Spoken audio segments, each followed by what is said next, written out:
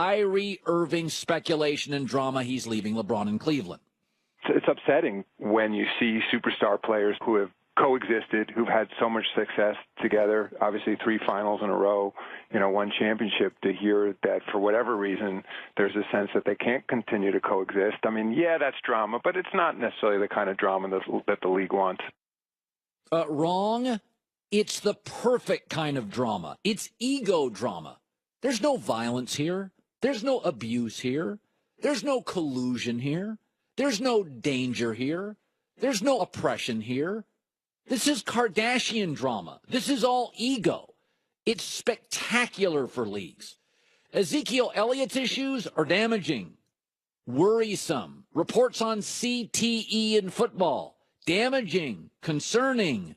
This is just ego. What's the date today? July 25th. Do you know the day the NBA Finals ended? June 12th. It is July 25th. 6 weeks after the season. I'm still talking about the NBA. And so is every radio and TV simulcast that cares about getting ratings. April, May, June, July, 4 months, NBA. Hockey doesn't give you these storylines. Baseball doesn't give you these storylines. The PGA Tour and the tennis tour don't give you these storylines. If you're in the media and don't cover the NBA, that is a you problem. This is a gold mine. I mean, think about this. What is the lead story in college basketball when it starts in October? There isn't one. Will Grayson Allen of Duke trip anybody else? Probably your lead. The NBA's got the Lonzo Lakers story, the Westbrook-Paul George arranged marriage, LeBron's last year in Cleveland hype, CP3 to the Rockets, Celts with Gordon Hayward. I mean, it's story after story. Kyrie Irving gonna leave, may not leave. LeBron wants to kick his butt, now denies it. I mean, listen, we are in the story business. The very best story you can get does not involve danger, collusion, violence, or abuse. It's just all ego. Adam Silver again on Fox Sports Radio. I love the interest. I'm not ecstatic about the drama. I mean, I feel bad for what's ever going on in Cleveland, and I have no firsthand information, but I assume where there's smoke, there's fire. Yes, there's all sorts of smoke and there's all sorts of fire. And take it from the Kardashians. Don't listen to the old rigid sportscasters. We are in the omelet business, not the egg business. We need stuff delivered. Increasingly, people won't pay for journalism.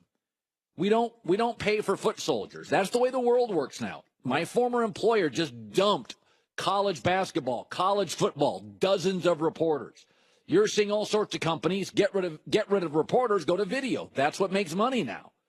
So what we need is drama. And the NBA just gives you story after story. And there's no abuse here. This is a star making a tragic mistake with a massive ego in Kyrie Irving.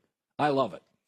So Mike Tyson was talking about Conor McGregor, who's going to get his butt kicked, fighting Floyd Mayweather, who is going to make a ton of money and never get hit. This was on Pardon My Take podcast. Here's Mike Tyson talking about the fight. He's going to get killed. Okay, if he gets boxing, okay. I got mad because I thought they were going to use MMA rules against boxing because that's what it's all about. Can the boxer beat the MMA guy?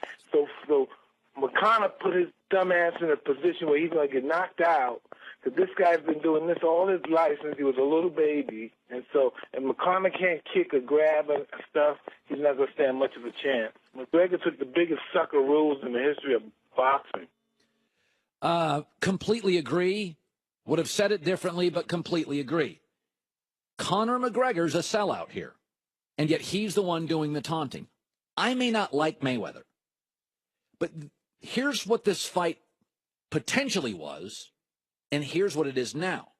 The interesting was negotiated out of it. Interesting would have been, okay, we use MMA gloves, but we fight in a boxing ring.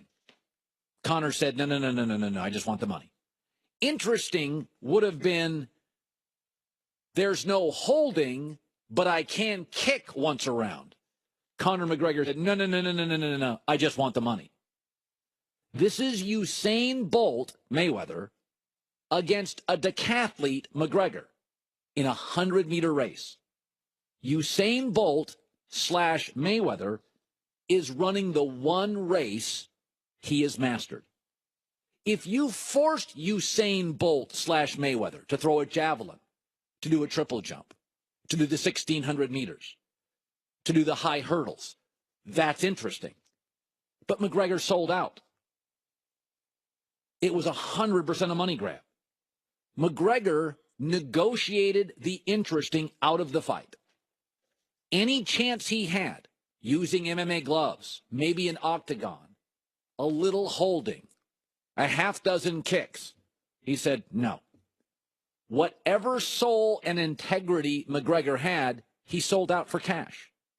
And yet he's the one doing the trash talking. He's the fraud here. Remember when Dana White came on the show? Do you remember that? And Dana White said, this was the easiest negotiation I've done in a long time. Remember that? He was on the herd. Listen to this. It wasn't that hard to get done.